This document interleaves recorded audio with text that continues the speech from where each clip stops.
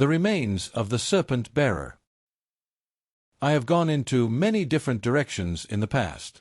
I mainly delved into ancient cultures to see how they lived. Furthermore, I like to look at certain things with a fresh perspective, and sometimes see something that the other person may have missed. The Maya and the Aztecs both worshipped the thunder and lightning gods. It's not just that, there also seems to be a reference to the god of the afterlife in Egypt. It may partly be based on an illusion, but everything comes together very coincidentally. If we look at the pyramids in Egypt, they are many times older than we think. In fact, the Egyptians did not exist at that time. The pyramids date from a time and culture before the disaster, and the Egyptians who claim to have built it came after. It is also very striking that the pyramids do not contain any hieroglyphs, and they are not tombs either. No mummy has ever been found in a pyramid. It indicates that the ancient Egyptians saw this as a wonder of the world. They deliberately honored these pyramids, and then built their temples around them. The claim of the Egyptians, that they built the pyramids, is therefore completely false. If they had done so, they would have incorporated their secret building techniques into their temples. With my biography, I have given you a glimpse into my life. It is a glimpse into the life of a pure serpent bearer, or in other words, a natural-born shaman. When I look back on everything, it strikes me that I have been constantly looking for myself. Everything came about quite unconsciously. Only, at the end of the ride, did I realize what I had been doing all along. Every time I took a new step in exposing my identity, I was still left unsatisfied. I still had the feeling I was missing something. The latter was because I still had a long way to go. In total, it took me over 18 years to discover my identity. I think I have now reached the point where I have discovered everything. Numerology and astrology are very useful for understanding our ancestors' view. Our ancestors were even obsessed with numerology, and you can find many traces of it. I discovered that the great Mayan calendar is built around the number 9 and the number 2. By applying the rules of numerology, I was able to figure out the formula in just a minute. The knowledge of numerology can be very useful, especially since our ancestors used it extensively. In this chapter, everything revolves around the Serpent Bearer and ancient cultures. Not only that, at the end, I will tell you about my UFO experience because it changed the way I look at our human history. The Mayan and Aztec calendar. I discovered numerology at the age of 33 through someone who offered me help. It was during this period that I started applying simplification to many things to discover if there were any patterns. It was already in the evening, and I have always been interested in the annual calendar of other cultures. Back then, it was a problem I still had to solve. I was laying in bed and saw a documentary about the Mayans, which was specifically about their great calendar. This is what I was presented with during the presentation. The thing about the Mayans is the fact that they developed a calendar for everything. They made a so-called almanac. Each animal and plant species had its own calendar. The calendar I'm going to talk about is known as their Great Calendar. In the documentary, someone gave a presentation about the Great Mayan Calendar, and I saw all the numbers passing by. I immediately started investigating, and within a minute, I had unraveled the entire calendar and its formula. The following was what I saw. The formula is as follows: kin times 2 equals, plus 0, equals next step. This is how the formula goes. We start with 9, multiply it with 2, and we get the number 18. It appears that the Serpent Bearer is divided into a male and female version. It indicates being a twin. Here comes the first step. 18 times 2 equals 36 plus 0 is equal to 360. 360 times 2 equals 720 plus 0 is equal to 7,200. 7,200 times 2 is equal to 14,400 plus 0 is equal to 144,000. It only took me a single minute.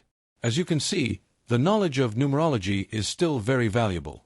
Think of it as an extra tool you have at your disposal in addition to normal mathematics. When I made this discovery, I also became interested in the Aztec calendar. There are a few things going on with this Aztec calendar. After studying, I came across the Serpent Bearer. What makes this sign unique is that it officially consists of three elements. The main element is air, controlling the elements fire and water. The time we now live in is the Age of Aquarius. It just started, and this period is known for being a lightning element. We live in very special times. It is a period which will last approximately 720 years and happens to be very rare. The same applies to the god Vili. This rules as Libra over water and fire elements. Odin and the Serpent Bearer are therefore not the only lightning gods. The god Vili and the subtype Aquarius/Pisces are also. These same elements of air, water, and fire come together in the northernmost sign of the calendar. The earth element is missing. This specific sign is the only image in the outer ring that has an identity and is accompanied by 13 points. These points represent a period. At this sign, the air currents collide, and the water and fire descend over the head of the central figure, which in my eyes represents a shaman. This shaman is literally baptized in the elements of fire and water, or in other words, baptized in extremes and paranormal gifts. What the calendar indicates is that this shaman is a saint. Baptism, therefore, does not originate from the Catholic faith, but is a far older tradition. This central shaman is not only connected to the north, he is also linked to the southernmost point. In this case, there are two individuals who look the same. They are the Gemini. This Aztec calendar addresses the most extreme point of chaos, death, and destruction. The shaman is therefore all about creation and destruction. This pure period has only 2 degrees in its existence, and is therefore very short. It appears that the Aztecs also worshipped the thunder and lightning gods. The calendar, therefore, refers to Zeus, or the pure Serpent Bearer. See the serpent heads, pointing towards the east and west, of the central figure. The shaman carries the head and tail of the serpent, and there is only one constellation that carries the serpent. It may be a coincidence, but there is still a special number included in the calendar. The calendar consists of 2 different parts. We have different rings. Some represent a unit of time, and the other rings represent images. The central part of the calendar has 7 figures. In the ring that follows, we find 20 characters. 2 plus 0 is equal to 2. The outer ring has 25 images. 2 plus 5 is equal to 7. Then 2 things emerge. If we consider this 727 a master number, then we know that this calendar is all about the 999. That's not all. They also worship the god of evolution called Vili. If we simplify 727, we end up with a master number 777. This looks like 7 plus 2 plus 7 is equal to 16 equals 1 plus 6 is equal to 7. What you see here is a uniquely legitimate method for creating a master number. My hairdresser has approximately the same build, and it turns out that he has an obsession with the number 7, or, in other words, the zodiac sign of Libra. In his case, his first name has 7 letters, his middle name has 7 letters, and his last name has 11 letters. In his case, the master number is as follows: 7 plus 7 plus 11 is equal to 25 equals 2 plus 5 is equal to 7. Use this knowledge to your advantage when it comes to creating a name. In short, the calendar represents the 777, Libra, and the 999, Serpent Bearer. If you hit the 777 in the casino, you win the jackpot. The Libra and the Serpent Bearer both have in common that they represent the lightning element. The 777 is the sign of stability, and the 999 the sign of extremes. Ancient geometry. I like to be guided by my impulses. One of those impulses I once had to do with geometry. I wanted to come up with a solution because the current form must have been too complex for our ancestors. In short, I suspected they had an easier method. I wondered how our ancestors viewed geometry. It must be a model that is easy to figure out. When I started this assignment, I realized that everything had to comply with certain rules. Rule number 1, the figure must always be in balance. Rule number 2, we have 3 types: neutral, negative, and positive. Rule number 3, figure 1, as a geometric figure, consists of 1 connection point. Figure 2 consists of 2 connection points, etc. Rule number 4, the maximum number consists of 9 figures. The following images will show you my result. Look at it, and let it sink in for a moment. What do you see? This was at a time when I was not yet familiar with the gods and their identity.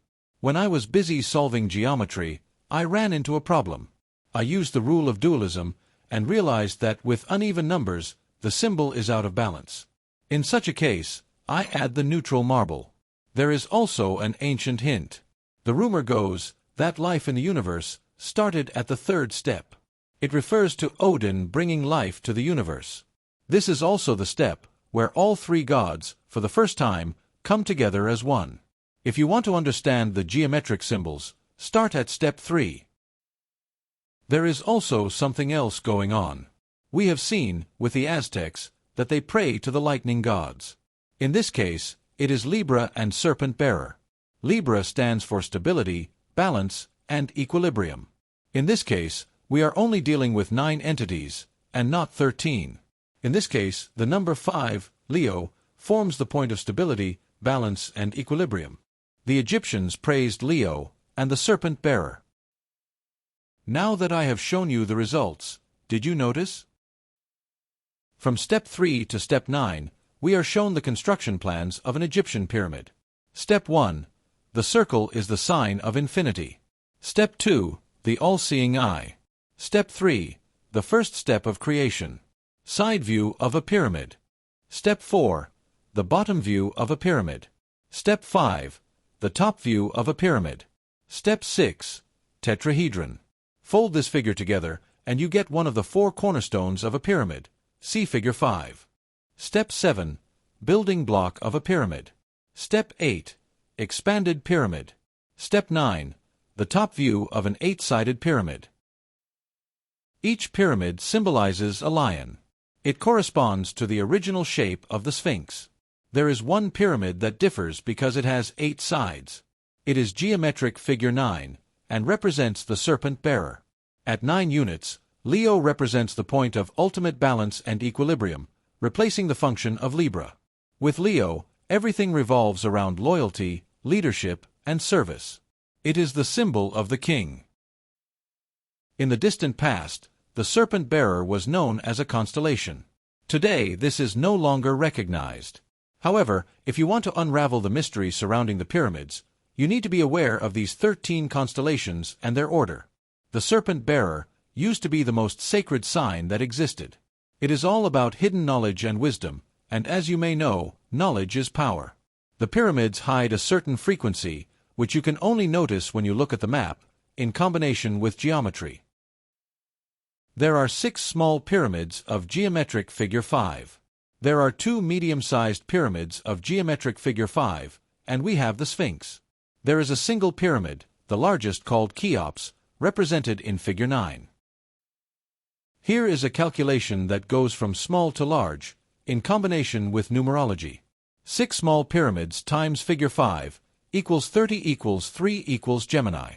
2 medium pyramids times figure 5 plus Sphinx equals 15 equals 6 equals Virgo.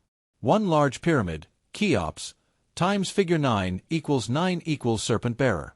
There are 9 pyramids in total. As you can see, the frequency of 369 emerges. With contemporary astrology of only 12 constellations, this mystery could never have been unraveled. To me, it is an indication that the pyramids were built by humanity, and I suspect they had help building it. It is in honor of the god of the afterlife and the millennia-old knowledge of geometry. They were also all about the pure Serpent Bearer, which goes back more than 12,000 years. I base this on their obsession with Leo, which had a period in the year 10,948, before the new era. The pyramid is therefore many times older, and was not made by the Egyptian people, despite their claim. The question is, am I onto something, or is this all based on a coincidental brain fart? Gobekli Tepe. One of the oldest ruins in the world has been found in Turkey. This ruin is called Gobekli Tepe. This temple goes back about 11,500 years. Very little is known about this temple, yet I also encountered the Serpent Bearer. Everything revolves around Pillar 43. In the image, there is a vulture spreading its wings, and at its foot is the scorpion. The vulture is the constellation of the Serpent Bearer, which has Scorpio at its foot. The sun resting on the wing of the vulture, that is the constellation of the Northern Crown, which is known to the ancient Greeks as the Temple of Delphi. Note the angle of the wings of the vulture. These are the same angle as the serpent in the constellation of the Serpent Bearer. See the picture of Pillar 43, and compare these vulture wings with the angle of the serpent. It is clear that some constellations and their names are more than 12,000 years old. This is why the Maya and Aztecs knew about it. It is clear that the Serpent Bearer has changed identity many times. In this case, it is a vulture spreading its wings and carrying the Northern Crown on its wing. The Northern Crown represents the Temple of Delphi. In ancient Greek myth, the Temple of Delphi was a temple where people could convey their message to the gods. It is completely dedicated to psychic abilities. The priestess was a Pythia, which refers to the serpent. She was a medium who stood between humanity and the gods. Apollo, in simplicity, represents the constellation of the Serpent Bearer, but the true combination is Apollo and Artemis together. If you look closely at the image, you will see that he is standing on the scorpion, which stabs him in the foot and poisons him. It is a sign of the wounded healer, and the story surrounding Chiron, from Greek mythology. You see Hercules standing above it, and the story goes that due to Hercules' clumsiness, Chiron became terminally poisoned. He was hit in the foot, and as you may have noticed, there can only be one perpetrator, the poison of the scorpion. Chiron also represents an aspect of the Serpent Bearer, in the form of the wounded healer. The construction of the pyramids. I just discussed the pyramids in the form of geometry. As you can see, a building plan emerges. This is not the only thing that makes the pyramids special. It's the way they built it. It is striking that ancient geometry shows a connection with the pyramid. It is also very striking that the pyramids themselves do not contain any hieroglyphs and no mummy has ever been found. The ancient pyramids are a true mystery to many, but not to me. Here are some miracles. The limestone comes from a quarry more than 50 kilometers away. So each stone has traveled a distance of more than 50 kilometers. Stones are unbearably heavy and large. Each stone weighs between 2,000 and 50,000 kilos. The Great Pyramid alone consists of more than 2,300,000 blocks of limestone. That's just one pyramid. Not only did they manage to transport these stones, but they also managed to stack them extremely high. It is almost as tall as the Eiffel Tower. In fact, the Eiffel Tower was the first monument in the world to exceed the height of the Great Pyramid. They were in possession of a compass, as the pyramid faces perfectly north. The compass was not rediscovered until 1117 AD. They built not one, but several pyramids in the same time period. It seems that all the pyramids were built within a very short time of each other. I can solve all these wonders with one word: weightlessness. I think my UFO experience was that of a time traveler. I was able to observe weightlessness with my own eyes. The UFO I saw was the size of 2 jumbo jets and was perfectly vertical in the sky. It was big and heavy, but hung there as if gravity didn't exist. Weightlessness makes it possible to transport 2,300,000 stones, weighing 50,000 kilos, over a distance of more than 50 kilometers. Not only that, you can also stack them incredibly high, without having to perform all the difficult techniques, and they are quick to build. However, we have not solved all the problems. We are faced with the problem of cutting a single stone. It takes a very long time with our current technology, and it is also too inaccurate compared to ancient times. It looks very much like they had laser techniques available that cut the stone for them. I think I have found a clue to this by chance, on a completely different continent. In this case, we have to move to the United States. I came across a video of someone looking for ancient civilizations. He first found some wall drawings and discovered that the mountain was cut into blocks. The blocks fell apart due to erosion. Just to be clear, he's walking on top of a mountain. There is also evidence of human activity. If I look closely at the wall drawing, I see the reference to UFOs in it. There is a symbol that comes back a lot, and that is the figure consisting of 2 circles. This symbol consists of an inner and outer ring. It's an energy ball or sphere. This same phenomenon is still observed today, where UFOs bear the appearance of a luminous energy ball. To get back to my point, I would like to specifically emphasize the cutting of the stones. See the following images. When it comes to the cutting of the stones, it looks very much like they used laser techniques and computers. All the stones are perfectly next to each other, and I don't think even a piece of paper fits between them. It appears that computers were used, given the perfect cutting. They possessed techniques that we will rediscover in the future. It looks like these pyramids were built by humans, in collaboration with time travelers or even aliens. I also told something about my UFO experience. What I didn't say is how and when it took place. It was a period where I started to define my interests. I started turning to what is true and what is false. I was watching a lot of UFO videos that day, and all of them were computer-generated images. I hate people who mess with me, so I made it very clear, and out loud, that I was done with the subject of UFOs. 2 days later, I have my first and so far, only UFO experience. When I experienced it, I thought to myself, here we go again. I then walked several laps around my bedroom and repeatedly slapped myself in the face. When I looked again, it was still there and rising, creating a very strong plume of smoke. It drew a thick black line across the sky, and as it disappeared into a cloud, it shot a pulse of air to disperse and erase the black line of smoke. It was intelligent and was aware that I saw it. By the way, my camera had been sabotaged. I took more than 30 photos and only one photo was left in my memory, and it was completely white. I also thought it all looked very human. Yet, this is not the most special thing. It all took place on February 29, 2016, which was on a leap day. As you can see, we have had times when techniques were used that are completely forgotten today. It looks like we experienced weightlessness, and had laser techniques to cut large stones. The only way you can cut these stones like this is if you hang weightless above them as a machine. Is this a hidden hint at a spacecraft? In short, everything indicates that we have already lived with aliens or time travelers. So it is not new, and it indicates that they are watching us today. They are clearly not going to contact us, yet if they wanted to destroy us, they would have done so. Compared to their knowledge and technology, we as humans have absolutely no chance. Another good example of extraterrestrial contact are the Nazca lines in Peru. These are old images that you can only see from the air. In short, it is not intended for humans.